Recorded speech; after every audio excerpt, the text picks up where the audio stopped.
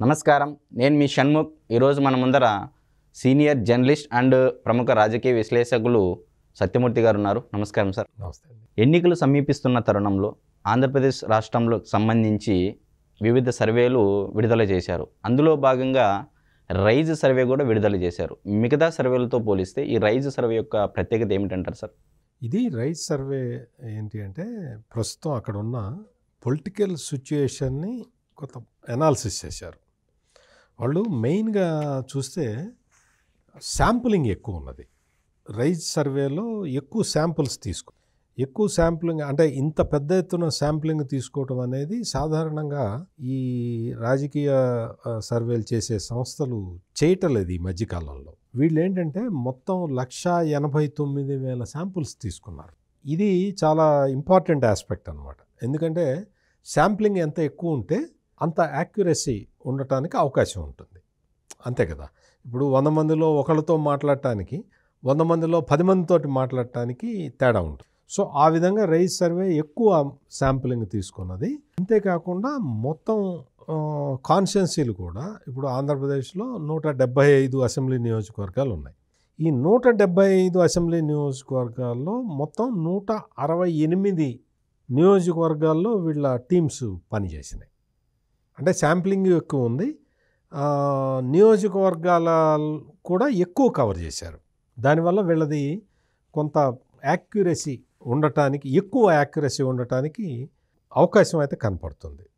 వాళ్ళు ఈ మొత్తం ఎర్రర్ పర్సంటేజ్ని కూడా లెక్క పెట్టుకున్నారు. అంటే వాళ్ళు మొత్తం తీసుకున్న శాంప్లింగ్లో ఎంత మేరకు ఎర్రరు ఉండటానికి అవకాశం ఉంది అనేది. అది 0.8 నుంచి 1% వరకు వేరియేషన్ ఉంటుంది. ఎర్రర్ వేరియేషన్ అది సహజంగా లెక్క పెడతారు సర్వేల్లో. ప్రతి దీంట్లో కూడా 1% వేరియేషన్, మ్యాక్సిమం 1% వేరియేషన్ అంటే దాదాపుగా యాక్యురేట్గా ఉన్నట్టు మనకు కనిపిస్తుంది. ఇంకొకటి ఏంటంటే ఈ శాంప్లింగ్ మెథడ్ కూడా స్పెసిఫిక్ శాంప్లింగ్స్ తీసుకున్నారు, కొన్నేమో ర్యాండమ్గా తీసుకున్నారు.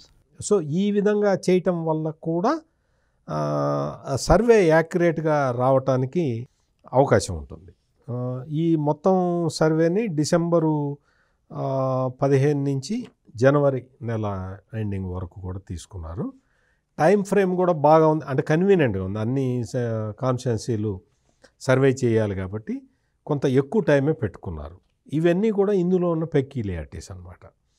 దానివల్ల ఏమవుతుంది అంటే మనకి కొంత దీనికి సంబంధించిన, అంటే ఓటరు ఎటువైపు మొగ్గు చూపుతున్నాడు అనేది మనకి దాదాపుగా తెలిసిపోతుంది. మొత్తం వీళ్ళు ఇవ్వటం కూడా చాలా ఒక్కొక్క నియోజకవర్గంలో పరిస్థితి ఎలా ఉంది అని చెప్పటంతో పాటు మొత్తం టీడీపీ జనసేన రెండు కాంబినేషన్లో వాళ్ళ అలయన్స్లో 94 నియోజకవర్గాలు క్లియర్ కట్గా వాళ్ళకి మెజారిటీ కనపడుతున్నది. వైఎస్ఆర్ కాంగ్రెస్ పార్టీకి 46 సీట్లలో క్లియర్ కట్ మెజారిటీ కనపడుతున్నది.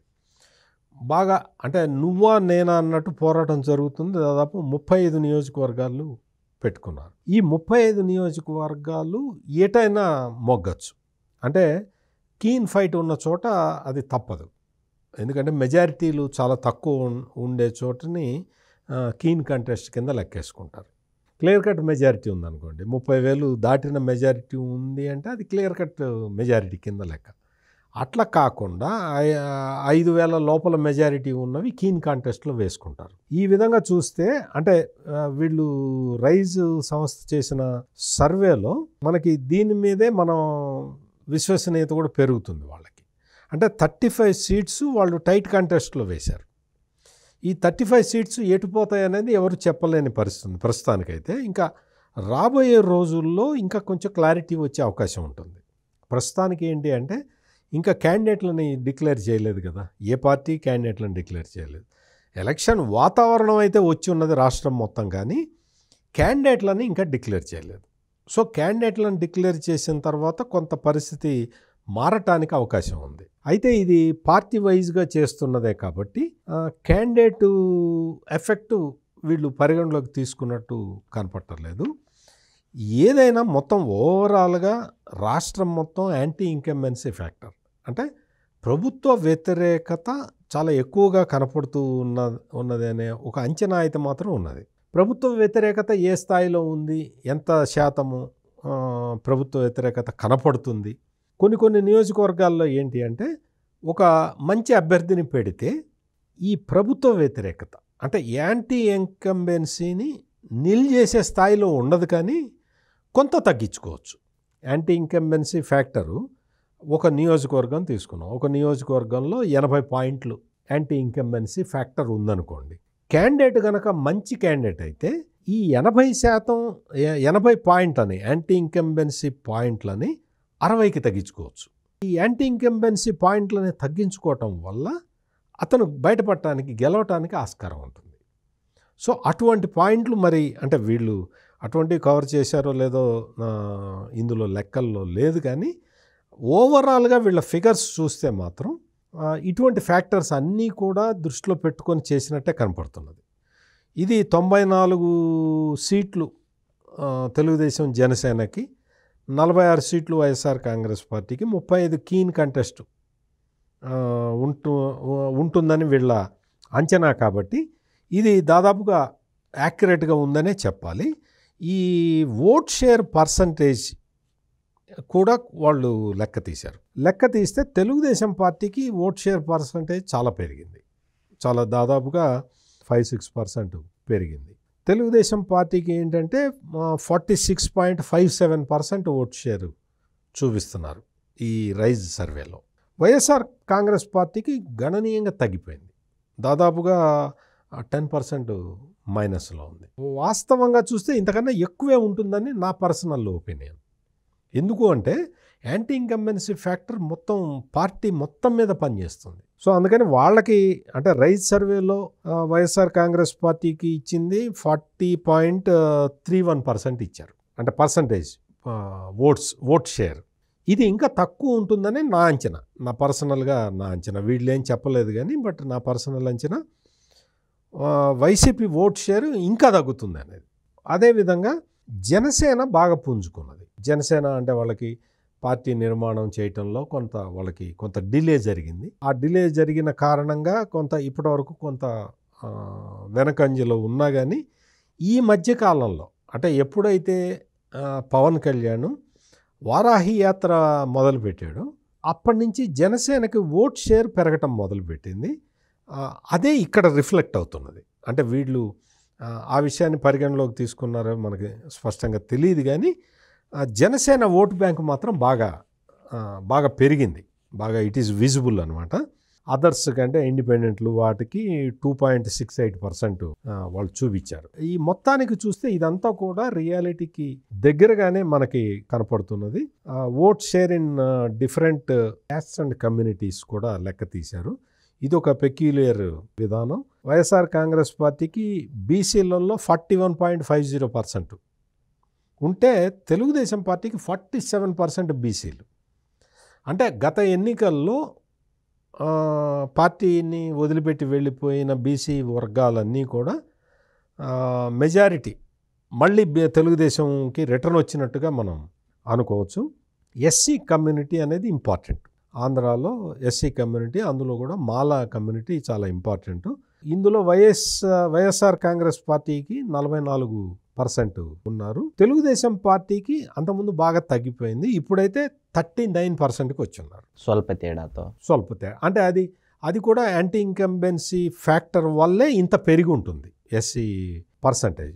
తెలుగుదేశం పార్టీ వైపు మొగ్గు చూపారు ఎక్కువ అంటారు. గత ఎన్నికల కన్నా పెరిగింది. గత ఎన్నికల్లో అది ఇంపార్టెంట్. ఓసీల్లో అంటే అదర్ క్యాస్ట్లు ఉన్నాయి కదా, ఈ అదర్ క్యాస్ట్లలో వైఎస్ఆర్ కాంగ్రెస్ పార్టీకి 41.5% ఓట్లు ఉంటే తెలుగుదేశానికి 44% ఉంది. ఇది చాలా ఇంపార్టెంట్ ఫ్యాక్టర్. జనసేనకి ఓసీలలో 12% మొగ్గు కనపడుతూ ఉన్నది.